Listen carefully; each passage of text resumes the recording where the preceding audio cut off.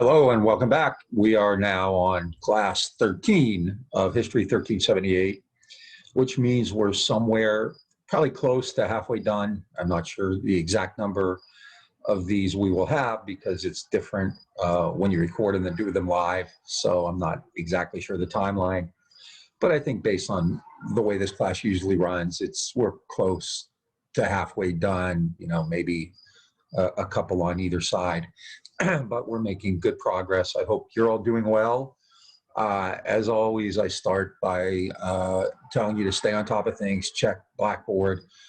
I'm getting a lot of emails about the exams and turning stuff in and all that kind of thing.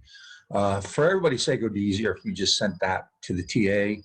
It's a lot quicker that way because I end up passing it on to them, which means they're going to get slammed by me.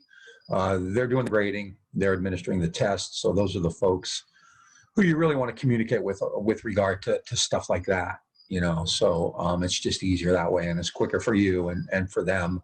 And once they get going, they'll grade all the exams in as timely a manner as possible. They are also taking classes and doing work of their own, but we will certainly stay on top of things and let you know how everything is going at that point. I said the other day, if you have any questions about the content of this class, about something I said in a lecture, about something that interests you, feel free to send along an email about that. And, at the beginning of the next lecture, we can, I can talk about that a little bit too, to kind of get some kind of virtual class involvement if possible, class participation if possible, because this is a, unique situation and it's not ideal by any means, but it's 2020 and everything is off. So we're all doing the best we can. I hope you're learning from this. I think the class is structured actually kind of similar to the way it would be if it was live. It's just we don't have that kind of interaction and communication and questions and discussion and things like that we normally would have. But as I've said many times, you got a lot of readings to do, which will fill in every blank you have. Not just the main book, but the two readers are really crucial too, because they have a lot of documents, a lot of essays in them. So don't blow those off either. And, those are also part of the testing requirements too. So be aware of all that, do all the reading you can and stay on top of things. And, we should be fine. Today we're moving on. We're still talking about the Cold War, but not the origins of the Cold War. The Cold War in Europe, like we did the other day, or even the origins of the national security state, which we talked about the other day. So the Cold War is critically important, and we don't want to, in any way downplay that. I went through it actually fairly quickly compared to what I might be doing or what I would normally do probably. So stay on top of that. Remember, to kind of very briefly sum it up, the Cold War is portrayed as this epic battle between good and evil. The Soviet Union was trying to take over the world. They're this evil, satanic, tyrannical, dominant, powerful, evil countries trying to take over the world, and the United States is there to save the free world. It's the free world versus the slave world, or the free world versus the atheistic world. I mean, there's all kinds of ways to describe the Soviet Union. And so, but the United States is always portrayed as kind of the hero coming in on horseback to save the day. And the reality is, as I said many, many times, and I explained in some detail, the Soviet Union is very weak. So setting aside what its motives might have been, whether it's a good or bad place, and no one really thinks Joe Stalin was a good guy, the Soviet Union did not have the abilities, the military, or even, the number of allies, or the money to really portray itself as an aggressive threat to American interests. So the United States then develops all these programs. Now, publicly, it keeps saying it's doing that because of the threat of the Soviet Union. It's doing that to stop the Soviet Union. So it's inculcating fear, and it's using this idea of threats to get people on board, to let them know that this is why the United States is doing that. The reasons, though, are much bigger than that. The United States is trying once desperately to avoid another depression like the one that had existed prior to World War II. It wants to create this new world economic order where the United States has economic relationships, trading, investment, and markets, and resources and labor with all of these other countries. So the programs the United States created at the end of World War II and at the very beginning of the Cold War like the Bretton Woods program, giving out loans, or the Marshall Plan, were all part of that goal of creating American economic power, American economic hegemony. The other day, I didn't have this particular graph up, but this just gives you some idea of the way the United States was using its economic power. So this is a record of how much Marshall Plan money the United States doled out to other countries. And, so this is, significant, huge amount of money, right? $777 million, $2.2 billion, $1.2 billion. The biggest recipient were the British, $3.2 billion.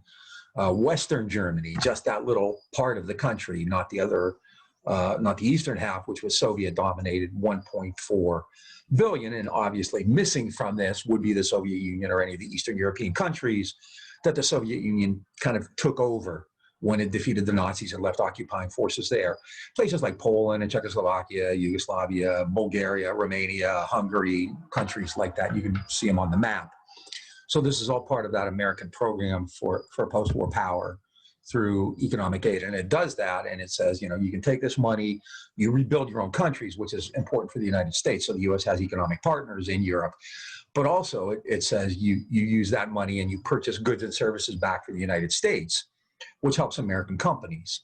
So, probably the key element in this these economic programs is to create the means so that another depression, like the one that had occurred after World War I, would not happen. Now, this is also a good way to stop the influence of communism in Europe. The communists were doing quite well. Europe was a mess at the end of World War II. It was destroyed. It was devastated. Just look at pictures, right? Do a Google search on images of Europe in 1945, and it's devastated. And the same is true in Asia too, Japan and China, and lots of other places. Philippines, you name it. Mostly the whole world, except for the United States. So in 1945 and 1946, then, in a lot of these places, communist and socialist parties, political parties, not revolutionaries, not armies, not paramilitaries, but political parties were actually doing quite well in elections because everything had fallen apart, and communists make a particular appeal to working people or to people who are undergoing really difficult hardships, like most of Europe was because of World War II. And so a lot of these communist parties, especially in places like France and in Italy, were doing quite well. In Italy, like I said the other day, in 1946, the communists got the majority of votes, not over 50%, but of all the parties running, the communists got the most votes. And in France, the communists and socialists were part of a kind of a coalition government, coalition bloc. So the United States was deeply concerned that these communists would make their way to power, or at least sharing power, through legal democratic elections. That's the real fear. So even though the United States is talking about how they're vicious and they're going to take over the world and they're evil and they have revolutionaries and they're going to use violence and all that kind of stuff, the real peril was actually that these communist parties were doing quite well in elections because things were so bad, so destroyed by World War II. And so the Marshall Plan helped that out too, because again, it gives money to your friends and it deprives your allies your enemies of money.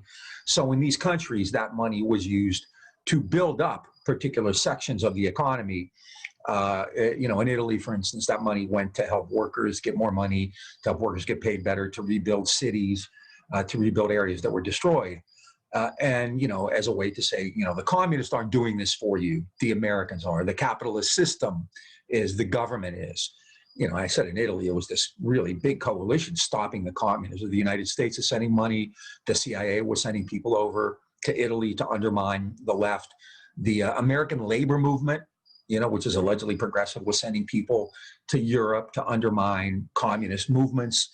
In Italy, you had the mafia and the Vatican deeply involved as well on the same side, trying to destroy the communists, right?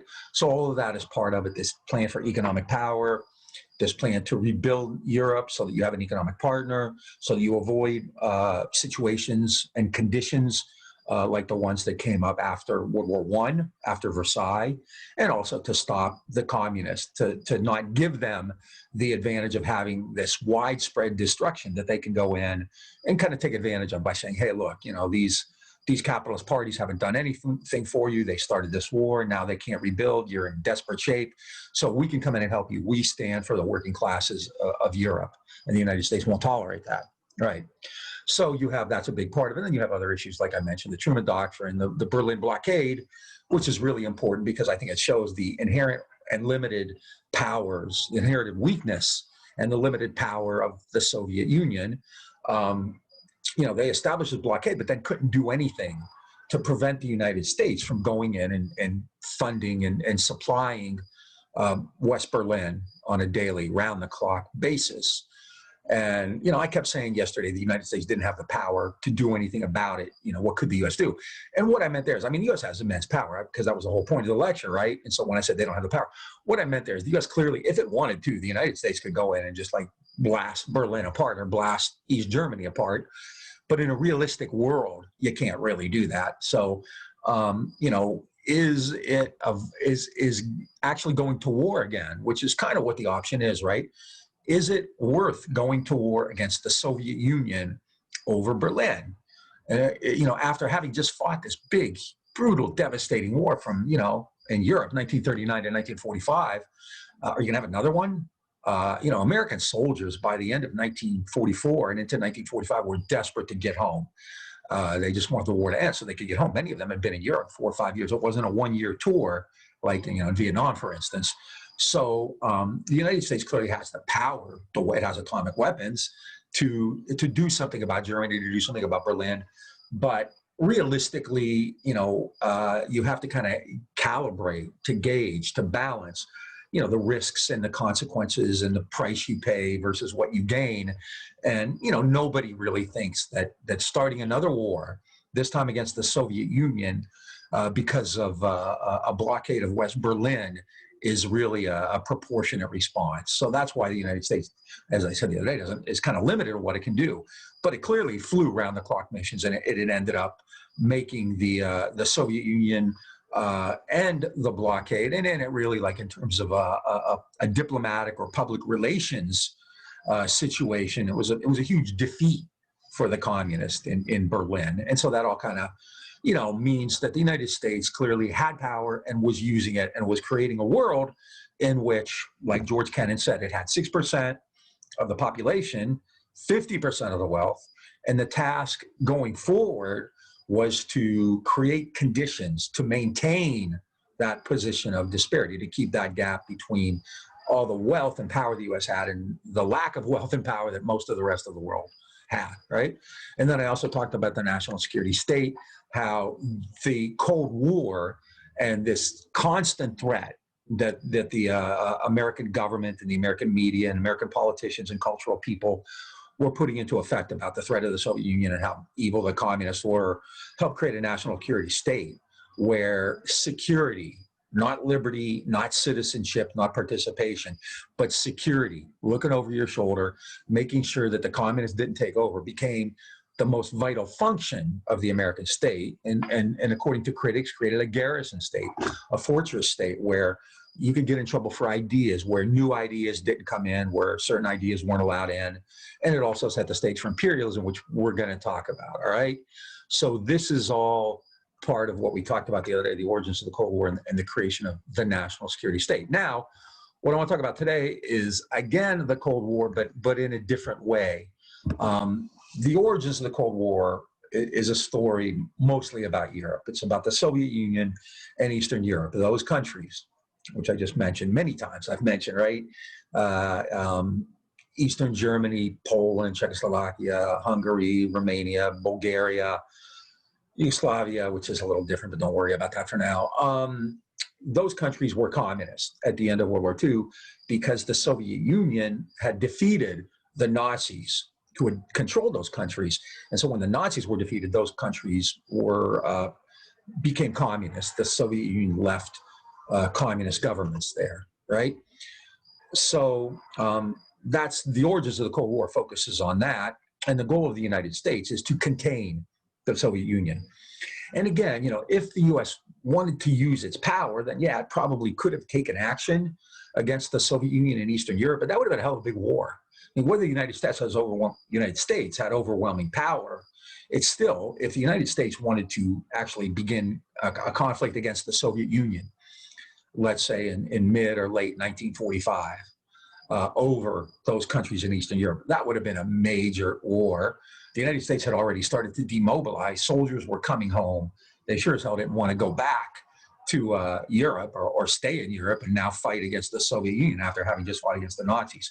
So realistically, in the real world, the United States can't overrun the Soviet Union. It can't reverse and get rid of those communist countries. The term used, so the policy is containment, to keep the communists in that area, not let it go beyond that. Now, people who wanted to do more than that, the most aggressive types, the most hawkish types, who were pretty unrealistic actually, wanted something called rollback. They wanted to take that red and roll it back so that those countries weren't communist anymore either, that they were, just allegedly free countries, but countries in reality, which will be part of America's economic relationships, right? So the U.S. will be able to trade and get materials and sell stuff and buy stuff there too. But that's not really realistic. In 1945, after a brutal 6-year war in which globally well over 100 million, who knows, maybe 150 million, maybe 200 million people were killed. And in Europe, you had massive devastation. Nobody wants another war. So, after having fought the Germans, the Nazis, you can't really, and the U.S. and Soviet Union were allies, all through from Pearl Harbor until the war ended in 1945. The U.S. and Soviet Union were on the same side. So it's kind of hard to go to war, a few weeks after you were allies with this country, and that country had such a huge role in defeating the Nazis. So America's options in Europe are actually, they're not small by any means. They're not, I hate to say limited, but they're not, open-ended either. They can't just do whatever they want. They can't go in and have a war against the Soviet Union. It would just be too catastrophic. And the world couldn't handle it, coming off of the brutality and the massive losses in terms of human life, in terms of physical destruction, in terms of economic destruction that had already been suffered during World War II. So that's the Cold War in Europe. But the Cold War is big, and the Cold War actually plays out much more intensely outside of Europe. And probably the main areas where the Cold War played out were in what we call the Third World. And I've probably used that phrase before. It's actually kind of a more contemporary phrase. I don't think it was used in World War II, but the way it was constructed, and I think a lot of people in the 1950s kind of came up with this idea, people like Fidel Castro and others. So the First World was like the heavily industrialized, advanced, and more wealthy world, like the capitalist world, the Americans and the British and the French and so on. The Second World would be countries which were developed and pretty well off, but not as big, as powerful, and as capitalist. So that would be like the Soviet Union and the Eastern European countries. And then the Third World is less developed. It has not modernized yet. And by modernization, people generally mean industrialization. So the Third World tended to be countries which were smaller, less powerful, less wealthy, often agricultural, or full of raw materials that other people wanted, all right? The Third World became a huge, maybe the main battleground of the Cold War, because both the Soviet Union and the United States wanted to get access to these countries, wanted to get control over the raw materials and the economic interest in those countries, wanted political alliances with those countries. So now, when the U.S. and Soviet Union perceive that there is a conflict in a different country, not in Europe, then that became part of the Cold War. And the Cold War there, actually, the Cold War, I should have said this at the beginning, right? I always do this in class, which is why I forgot. What do we mean by Cold War? Why do we call it a Cold War, right? Again, I'll give you a second to think about it, right? Cold War essentially implies that they're not fighting physically. A hot war is like you're shooting at each other in anger. You have guns and weapons and tanks and airplanes and ships and all that kind of stuff. A Cold War is a war that doesn't become an actual fighting conflict, but it's a war of economics, like the Bretton Woods system or the Marshall Plan. It's a war of politics, like supporting the Greek regime against the rebels. You know, it's a war of proxies, which we'll see. You get other people to fight your war for you, so you support one side. Like you know, in Greece, that really wasn't the case. The Stalin was not supporting the Greek rebels, but you know, the United States was supporting the government, and so it took sides in a civil war, in an internal conflict, a domestic conflict in Greece and in Turkey and many other places, which we're going to talk about now. So in the third world, then you have the Cold War, which often becomes hot, and it will lead to actual wars. It'll lead to the United States taking sides in civil wars. It'll lead to the United States actually overthrowing governments in various places when those governments don't act the way the United States wants them to act.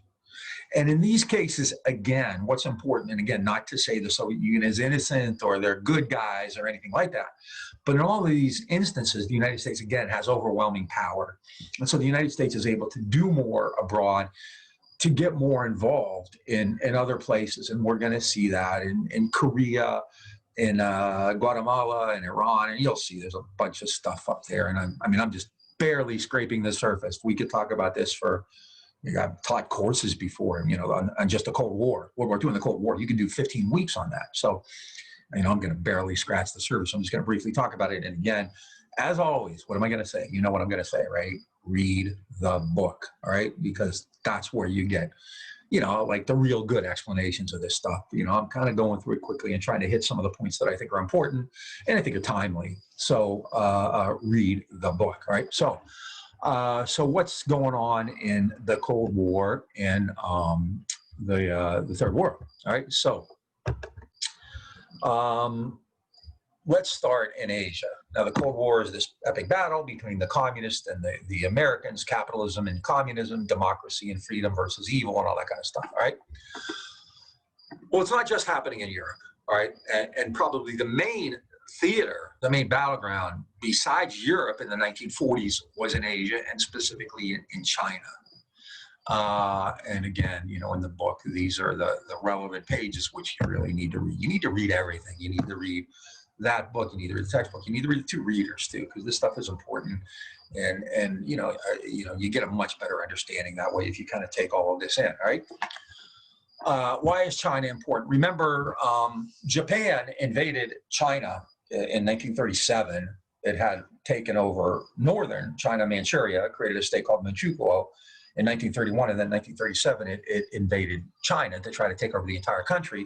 The United States was allied with China, and so the United States supported China against Japan. It sent them weapons, it sent them money, and all kinds of stuff like that.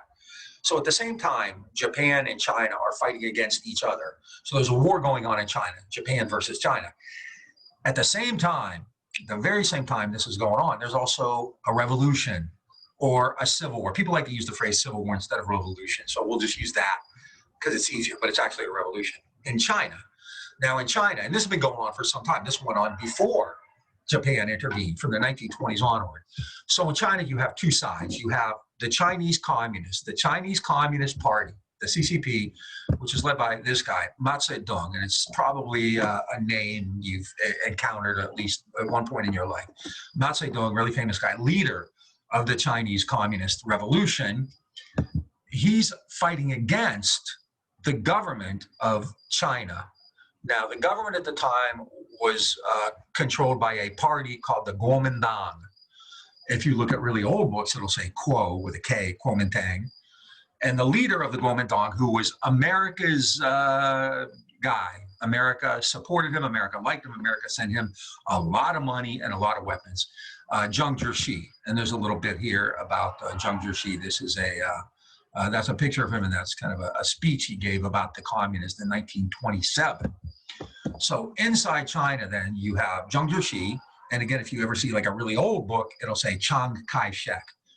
The way Chinese languages were transliterated, changed. Don't worry about that.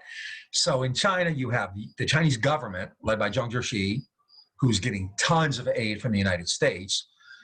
And that aid is supposed to go against Japan. That aid is sent to fight against Japan. But at the same time, the Chinese are fighting against Japan. Jiang Jieshi and the government is fighting against the communists and Mao Zedong.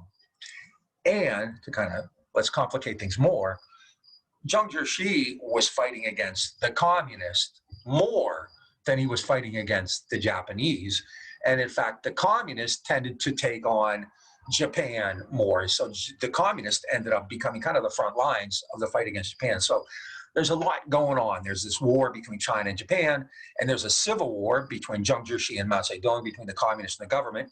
The United States was supporting the government, but the government was taking a lot of that aid, and instead of using it against Japan, was using it against the communists. Despite that, people from the United States who went to China, the experts, the people who understood Chinese politics, who spoke the Chinese language, people who were in the military, people who were diplomats, people who were experts, professors and generals and ambassadors and people like that. Every single one of them, when they went to China, came back with the same story, that the communists were winning. The Communist Party was way more popular among the people of China than the Guomindang. The Guomindang was considered corrupt. Jiang Jieshi took a lot of that money that was supposed to be used to fight against Japan. Some of it went to the war against the communists, but also some of it he stashed away and he sent to an island off of Japan where he was from called Formosa, which is now called Taiwan. So Jiang Jieshi was corrupt, not well liked, but he was America's guy. Mao Zedong, on the other hand, was very popular among the people. One diplomat came back and he filed a report. And I always love this line because it says a lot about how the Chinese people looked at Mao. And he said, when Mao Zedong spoke, no dog barked. Right? Think about that. That's the point. Was Mao was so respected by all of China that even the dogs would not interrupt him. When Mao Zedong spoke, no dog barked. Right? So this is what the reality of the United States is facing, that they're backing a bad horse. They're backing a losing horse. Jiang Jieshi is not going to win. Everybody says that Mao is more popular. However, the United States continued to support and send money to Jiang Jieshi, in large measure because inside the United States, there were people who really pressured the government. Harry Truman is president now. I mentioned that the other day with the Truman Doctrine. After Franklin Roosevelt died in April of 1945, Truman became president. Harry Truman was getting pummeled by the China lobby. These are people inside the United States who support Jiang Jieshi. A lot of them are businesses who have huge investments. The United States had hundreds of millions of dollars, maybe more, invested in China. And so if Jiang Jieshi loses, those investments are at risk. It'd be like 1898 with Cuba. And this is the case in most of these. The United States has heavy investments, right? So businesses don't want Jiang Jieshi to lose. They want the U.S. to continue to support him. Religious groups, Christians, Jiang Jieshi converted to Christianity. So he was on good terms with a lot of American ministers and evangelicals and people like that. They were putting pressure on Truman to continue to support the Guomindang. The media, Time Magazine and others were putting pressure, and they were like specifically writing stories that were made up. They were really fake news about how well the Guomindang was doing. So if somebody wrote a real story, a factual story about actually Mao Zedong is more popular when Mao speaks, no dog barks, they wouldn't allow that to be printed. So because of all that, Truman continued. He was pressured. If he withdrew support, people would say, well, he's favoring the communists. He's soft on communism. We're going to see that. Does what happened anyway. That's what happens anyway. So because the power of communism, the threat of communism is so strong, Truman continued to support this leader and this party, which was corrupt, unpopular, and was destined to lose. And things kept getting worse throughout the 1940s. And finally, and I'm cutting out a lot here, on October 1st, 1949, the Chinese communists succeeded in defeating the Guomindang and took over China. On October 1st, 1949, Mao Zedong went into Tiananmen Square and he declared the creation of a new country, the People's Republic of China, a communist country. This is not good from the American perspective. This is the biggest country in the world, the most populous country in the world. I think it was like 800 million at the time. So now you have two huge countries, the Soviet Union, which is, in terms of land mass, immense. It had 11 time zones. is communist, and now the biggest country in terms of population, which is also quite big, China, is communist. So this is bad from the American perspective. It is seen as a defeat, and Truman will catch hell for it. The China lobby and others will always say that Harry Truman lost China. Now, the implication there is if you lose something, you had it to begin with. So the implication there is that China belonged to the United States. Jiang, Jieshi and the Guomindang were America's country, and because Truman was soft and he wasn't tough enough and he wouldn't support the Guomindang enough, or he wouldn't send troops into China, because everybody told him it was a lost cause. But the idea there behind the China lobby is because he wouldn't do that, he was soft on China, he was pro-China, he was soft on communism, and so he let Mao Zedong win. And this is going to be part of the domestic, the American response to the Cold War. There's going to be a Cold War at home too, and China has a lot to do with it, all right? So now, this is not, there's no way you can polish this to make it look good for the United States, right? This country, biggest country in the world in terms of population, where the United States had historically been allied with the government, the Guomindang, now has lost it, right? It's now a communist country. Ironically, and again, this is off the path, so don't worry about it in terms of testing, but Mao Zedong and the communists actually wanted to have some kind of decent relationship with the United States. You know, they didn't see any need. And Mao Zedong and the communists in China weren't on great terms with Joseph Stalin and the communists in the Soviet Union. They were kind of rivals. So Mao wanted to have some kind of relationship with the U.S. So they weren't just, you know, horrible adversaries, but the U.S. refused to go along with that. So China now was as bad as the Soviet Union, right? They're on the same side as far as the Americans were concerned. One of the biggest problems in the Cold War was that the United States always lumped every communist together. They were all the same. Joseph Stalin, Mao Zedong, and as we go through, we'll see others. As far as the U.S. was concerned, they were all the same, when in fact the reality was not that at all. There are different kinds of communists, just like there are different kinds of every group. And just because they're communists don't mean they think the same way, they act the same way, they look the same way, or they even like each other. And Mao and Stalin weren't good friends, and they became even more kind of heated enemies as the 1940s and 50s and 60s went on. Well, Stalin was dead after then, but the U.S., the Soviet Union, and the People's Republic of China became even more conflicted and almost went to war, big wars. A couple of times they were on the verge of it, right? So anyway, this is a big part of the Cold War. Now, this is a defeat for the U.S. I mean, you know, if the Berlin airlift and all of these programs like the Marshall Plan helped the United States succeed in the Cold War in Europe, the Chinese Civil War is clearly a failure in the Cold War now in Asia. And it would become even more troubling immediately. And in fact, the Cold War would get hot. The United States would actually fight a conflict in Asia. Now, most people are aware of this, but it has some twists and turns that may not be so familiar, all right? And the main battleground became Korea. And I think you're all familiar with that. I think all of you know there is a war in Korea. If you've ever seen the old show MASH on like late night TV, or your parents or grandparents are watching it, that's about the Korean War. So it's a real thing. So what happened? During World War II, Japan had invaded, in 1911 or 1912, Japan had invaded and taken over Korea. So Korea, the Japanese, remember the Greater East Asia co-prosperity sphere, the Japanese wanted to control Asia. So the first country really that it went into and occupied was Korea. And the Japanese treated the Koreans horrifically. They took Japanese men and brought them back to Japan to work in factories, kind of like slave labor. They took Korean women and forced them to travel with the Japanese army. They called them comfort women. They were forced not only to kind of clean and cook, but you can imagine, you know, kind of other horrific kind of things that the Japanese soldiers did to these Korean women.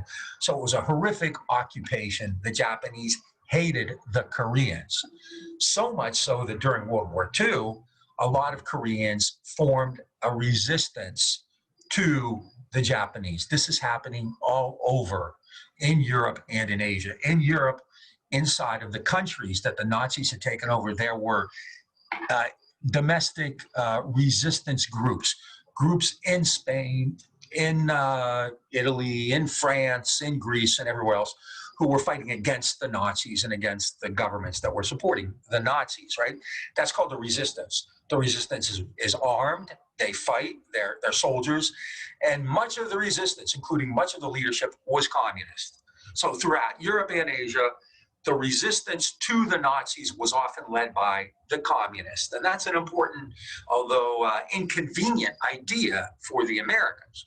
So in Korea, throughout the occupation by Japan, there was a resistance, and the biggest group in the resistance were the Korean communists. And during World War II, the Korean communists fought against the Japanese, right? And then after Hiroshima and Nagasaki, Japan was defeated. Japan surrendered. So Japan had to get out of Korea. Now, what did that mean? All right, Japan's gone. So the Koreans now, without Japan there, can go back and have their own country. That's the way they see it. Okay, we're Korea again, right? If you look at a map before this, it wouldn't say North Korea and South Korea. It would just say Korea. And because of the role that the communists had in the resistance, they expected to be in charge of Korea now that World War II was over. And the person who was expecting to be in charge was a guy named Kim Il-sung, Kimilsung. His grandson now, Kim Jong-un, is in charge, and he's the one the media is always making fun of and making jokes about. And his father, Kim Il-jong, was in charge in between. So it's Kim Il-sung, Kim Jong-il, and Kim Jong-un are in charge. If he dies, the next up is Kim Kardashian. So to keep that Kim going. So anyway, these communists expect to be in charge of Korea, but the United States, it's the Cold War. You can't allow that to happen. They're communists, right? No matter whether they're popular or not. So the United States and the new United Nations, which I said did a lot of America's work for it, got together and they decided to divide Korea. So they created a line here at the 38th parallel, about halfway through the country, and they created two different countries. North Korea, which is communist, led by Kim Il-sung, and they invented a country, South Korea, which would be close to the United States. And that was led by a guy the U.S. was very familiar with named Syngman Rhee. And the names are in the book. You can find them there. So in the north, you have communist with Kim Il-sung, and in the south, you have Syngman Rhee, who's an American, client or whatever you want to call him. So that happened in 1945, but the skirmishing continued. The resistance continued. The communists continued to fight. And so there was still a lot of stuff going on in Korea from 1945 throughout that entire period, right? After the Chinese communists won the Civil War in 1949, things in Korea became more important. Now, the U.S. didn't think Korea was all that important, but it also always deposed communists. So by 1949, the North Korean communists were starting to have a lot more kind of conflict, skirmishes, not wars and battles yet, but skirmishes, especially along the 38th parallel. And then in June of 1950, North Korea sent troops across the 38th parallel to take over. They didn't call it South Korea. To them, it was just Korea. It'd be like when we talk about Vietnam, it's the same thing. There's no North and South Vietnam. There's just Vietnam. And in this case, there was always just Korea until the U.S. divided it at the 38th parallel. So North Korea invaded to take over the country, to unify the country. And within a matter of less than 2 months, had taken over all of the southern part of Korea to this part here, called the Pusan Perimeter. However, at that point, when the war broke out in June of 1950, the United States went to the United Nations, this new body, the United Nations, and it got the United Nations to declare war on North Korea. So it wasn't the United States versus North Korea. Technically, it was actually the United Nations versus North Korea, although the U.S. had 90% of the troops there. So the United States is fighting now to save South Korea, and it ended up foregoing all the details. It had a landing here at Incheon, and it started to push back the North Koreans. It stopped the North Korean offensive and actually forced them to retreat. And by late 1950, the Americans had the North Koreans kind of set up here, trapped up here. Now, that's successful, right? There's another problem, though, because right here is a border between Northern Korea and China.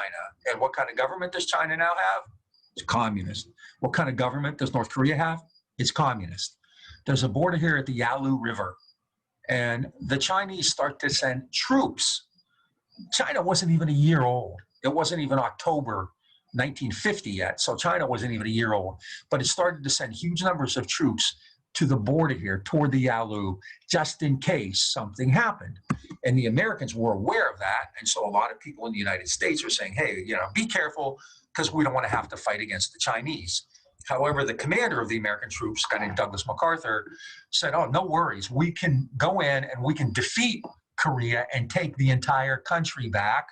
And I'm not really even concerned about China, because China knows better than to come to war against the United States, right? And MacArthur even said, we're going to have the war over by Christmas. We're going to have the boys home by Christmas 1950. Now, remember, the war begun in June of 1950. And so MacArthur is saying that by Christmas 1950, the war is going to be over. And South Korea, the American-backed Koreans of Syngman Rhee, who were capitalists, who had huge investments in the United States, and in whom Americans had invested a huge amount of money, are going to win the whole thing by late 1950. That's the idea. However, as the U.S. troops went further and further north, forcing the North Koreans back, China acted. Despite the Americans, MacArthur and the Army saying, oh, there's no way they'll come in, they did. And so in October, November of 1950, as many as maybe 500,000 Chinese troops crossed the Yalu, crossed into Korea, and attacked American forces. 500,000 in human waves. It was terrifying. The Chinese didn't have enough weapons for everybody, because China is, it's a brand new country. It's still kind of getting together. So some of the soldiers were given like sticks. Most of them were told just to pick up the weapons of people in front of them who were killed. What it did, though, by sheer force of numbers, was force an American retreat. So by the spring of 1951, both sides were kind of back here at the 38th parallel. And for the next 2 years, they bombed the hell out of each other. The United States in particular bombed the hell out of North Korea. We know not a lot about the Vietnam War, not that much about Korea. In the Korean War, it was very similar. Over 50,000 Americans were killed in the Korean War, and about 3 million Koreans were killed. And as in Vietnam, the vast majority were killed in the north by American airplanes. So U.S. air power killed, maybe 2 million Koreans. Now, what's important about this is something very few, very few Americans know. I'm not going to say if any, obviously some do, but just 5 years into the Cold War, not even a year after the Chinese communists won the Civil War, the United States and China fought a war in Korea. American and Chinese soldiers fought against each other. There was an actual war in China between the United States and the Chinese forces. So it was a hot war. This is more than just Cold War. The United States and China fought against each other. Granted, the communists did not take over all of Korea, but at the same time, the Americans were not able to defeat the communists either. So Korea remained divided, and it still is in 2020. And is a little trivia question. You could win a root beer with it or something like that. Ask somebody someday when the Korean War ended, and officially. And the correct answer to that is it didn't. Even today, there is no official treaty that ended the Korean War. In fact, even the ceasefire, there were 4 parties involved in the Korean War ceasefire. The Chinese, the Americans, the North Koreans, and the South Koreans, the 4 sides that fought. South Korea refused to sign the ceasefire even, let alone the peace treaty. So there is still technically no end to the Korean War. And that's why that 38th parallel today is really heavily armed. It's one of the most heavily armed regions in the world. And you still have, every now and then there's a border conflict and somebody will claim that somebody did something and Kim Jong-un will get upset or whatever. But it's important because, again, the communists at least held serve in Korea. And it's a troubling time for the United States, right? So the U.S., has this massive Cold War state. It has atomic bombs, and it has all this military spending, and it has money and programs like the Bretton Woods system and the Marshall Plan all over the world. But at the same time, it saw China go communist, and it saw half of Korea remain communist despite a war, and the United States and China actually went to war against each other. A lot of stuff going on, right? Now, to make it a little even more complex, during the Korean War, the United States underwent or made a decision, a policy decision, which would be incredibly important going forward.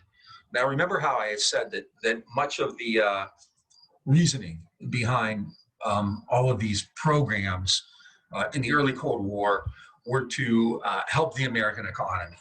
So the rhetoric, the reasons given were, the Soviet Union is terrifying and they're a threat and, they're going to take over and there's all this fear and everything. But the reality is the United States needs to inculcate people to fear the Soviet Union, to think that the Soviet Union is this horrible threat, and to think the Chinese and the Koreans are all these terrible threats in order to justify continued government spending.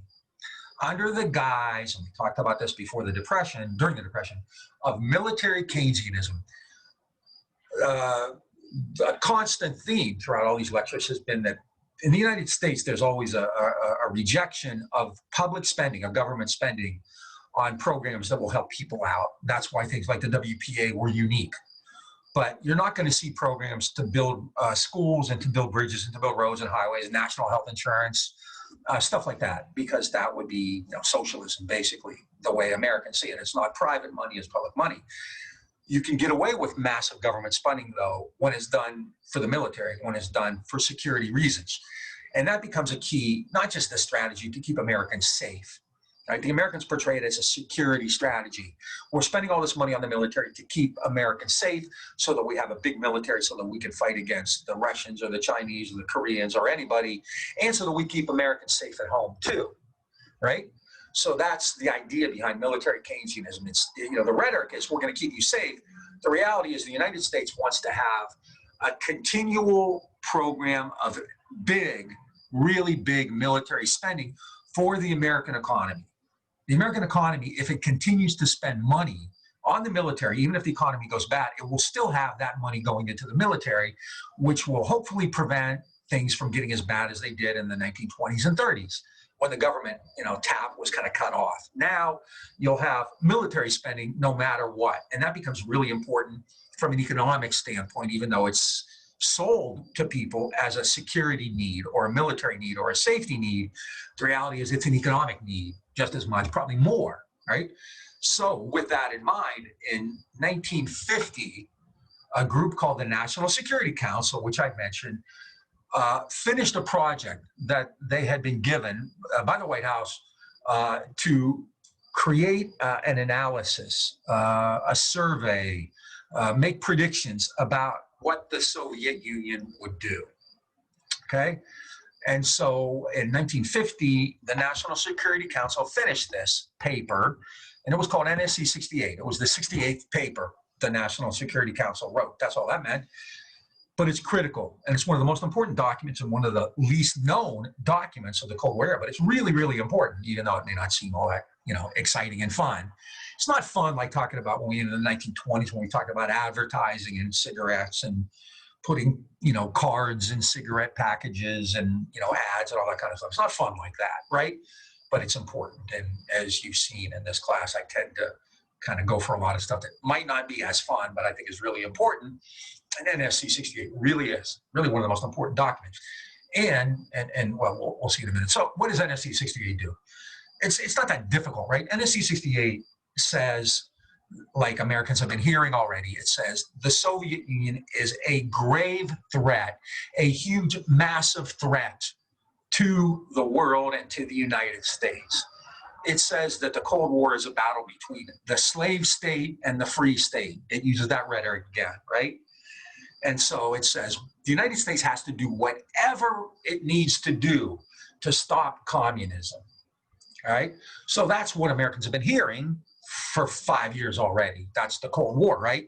Soviet Union's trying to take over the world, the communists are trying to take over the world, and the United States has to defend freedom. It has to do whatever it needs to do, whatever it can to stop the communists, right? So that's part of it, and it's put in the terms of safety and security. But then there's another part of NAC 68 that says, and in order to do all that, to protect Americans and to protect the world, the U.S. has to be prepared to spend whatever it takes, spend as much as is needed to have a strong and powerful military to take on the communists. So on one hand, it says the communists are a dangerous threat. We have to be prepared to defeat them with big military. Part two is, and we got to be willing to spend whatever it takes to have that big military, right? And that becomes a major economic policy statement. So what does NSC 68 do? It says the United States will keep spending money on the military no matter what, right? And it also creates programs where the United States can send military aid to other countries, to Europe and to Japan. And remember last time I mentioned something called the dollar gap. Those countries didn't have enough dollars to purchase goods back from the United States. And remember, now that the dollar is the world's currency, it's really important. NSC 68 also helped in that regard because NSC 68 sent aid under the guise of protecting the world against communism to countries in Europe and to Japan and others. And they then used that money to purchase goods back from the United States. So NSC 68, which is a security document, it's a document about the Soviet threat. It's a document about how to protect the world and protect the United States against the Soviet Union, against the communists. It's an economic document, and it's saying in order to keep the American economy from falling apart, from having another depression, in order to help the Europeans get money so that they can buy stuff back from the United States, we're going to have NSC 68, we're going to have the economic programs and spend whatever it takes, right? Now, the idea that the people here, the American people, get is that the U.S. has to spend all this money in order to protect them because they're not safe. There are communists everywhere. There are communists in Russia. There are communists in China. There are communists in Korea. There are communists in Greece. There are communists in Turkey. There are communists in your backyard. There's communists in your bridge club. There's communists in your bowling league. They're everywhere. There's communists hiding under your bed, right? They're everywhere. And so we got to stop it. We have to spend whatever it takes. And if you go along with that, if you believe that threat, if you buy into that idea, then sure, you're going to go along with that. That's the idea of the national security state, right? There's a threat. It's always there. And you have to do whatever you can to avoid it. And that means you change the nature of the United States from a more civilian-oriented society to a military society, a military Keynesian society. Military spending becomes not just necessary from a security standpoint because they frighten you with this idea that the communists are going to take over, but military Keynesianism is critically important from an economic standpoint because the economy needs that constant infusion of government money to keep production going, right? I'll give you one example of that and then we'll shift on. And this is in the book as well. For the first time in warfare during World War II, air war became a really vital part. There were some airplanes in World War I, but not a big deal. World War II, however, you see a significant and massive role played by air power, airplanes, right? And so a lot of American companies began to make airplanes during the war. And there were like 15 or 16 American companies that made airplanes or made parts for airplanes, engines, and things like that. Some of them are still around: Pratt, Whitney, McDonnell Douglas, Martin Marietta, General Dynamics, and mergers and so on. But generally, kind of similar to what they were then. And so 15 or 16 companies during the war are making airplanes or making parts for planes, and they're doing quite well, right? They have all these government contracts. So business is good. What happens when the war ended? Well, when the war ended, you don't need that many airplanes anymore. The war is over, and commercial airlines, commercial tourist airlines aren't a big deal yet. That was only for people who had a lot of money. You couldn't just fly. So these companies now weren't making airplanes. And so whereas 15 or 16 of them existed and made money, now by 1947, many of those companies are in trouble, because the government orders have basically stopped. They don't need to make any more planes for the military, for the U.S. military, because World War II is over. You still need some, and they're making bombers and stuff, but nothing like they would during wartime. And then the commercial tourist airline industry isn't that big a deal yet. So I think it was 13 or somewhere around there, 11, 12, 13 of those companies lost money in 1947 and 1940. They were in trouble. So a bunch of the people who ran these airline manufacturers or these, engine manufacturing companies and things like that went to their senators and representatives and others and said, hey, we're in trouble. Since we don't have all of these government contracts anymore, like we did during World War II, we can't make ends meet. We're going to go out of business. We're in trouble. And so at that point, coincidentally, magically, the United States found crises in Berlin, in Czechoslovakia, and elsewhere at the exact same moment that these airlines were warning that they were about to go under because they had lost government contracts. All of these crises emerged. And all of a sudden, the Americans are now saying, oh my God, we might have to fight a war against the Russians in Berlin, even though that didn't happen. There was a conflict in Czechoslovakia, and the United States was saying, oh my God, we might have to fight a war in Czechoslovakia. And it starts creating all of these crises all over and saying, we might have to fight a war. So what does that lead to? It leads to a big, big increase in airplane orders. Now, Americans are afraid that there might be another war, and now you need more airplanes, and you need to re-up, reinforce, revamp that military spending that had gone so low for about 3 years.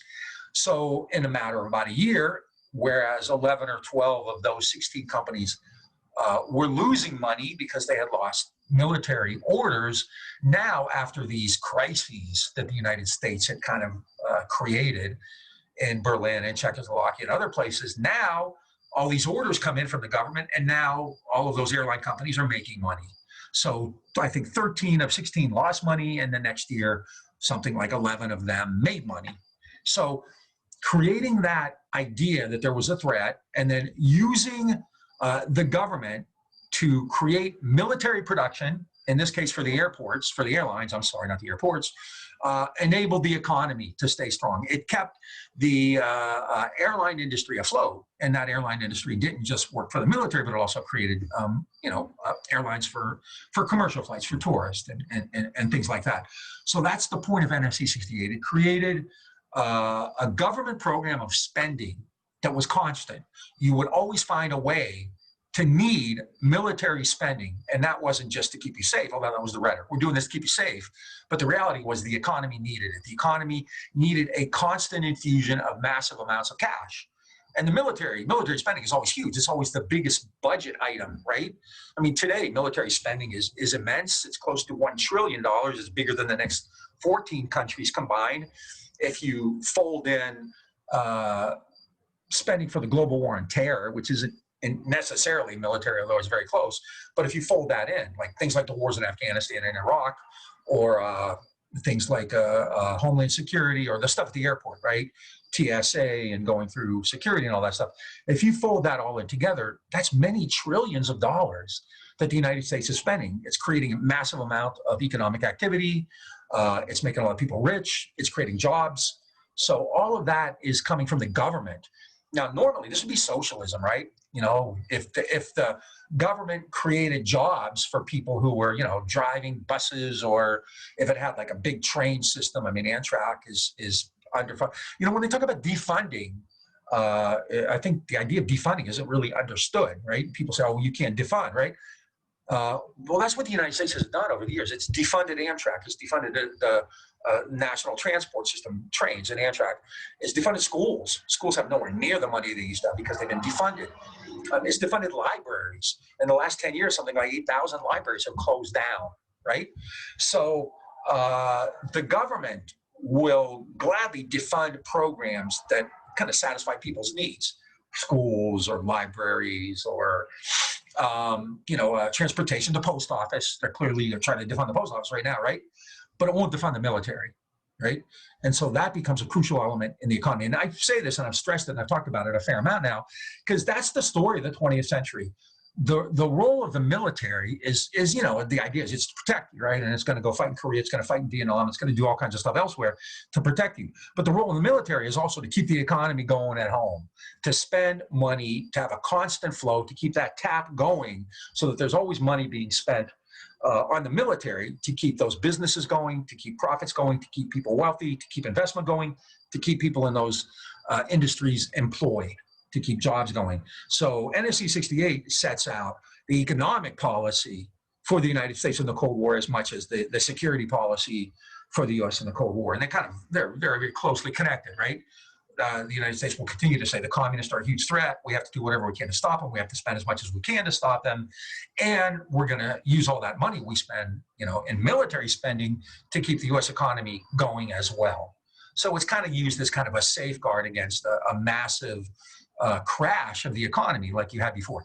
In 2020, we're seeing massive economic problems. 50 million Americans have filed for unemployment. 10 million Americans have lost health insurance. Over a third of Americans now, I think, face eviction or haven't been able to pay their mortgage. Huge economic problems. The military budget has not declined at all. It has not gone down at all. And both parties are part of this. When you have a military vote, on the military budget, on military spending, it's almost unanimous every time. So both the Republicans and the Democrats, they're not even close to defunding the military. They keep giving the military more money.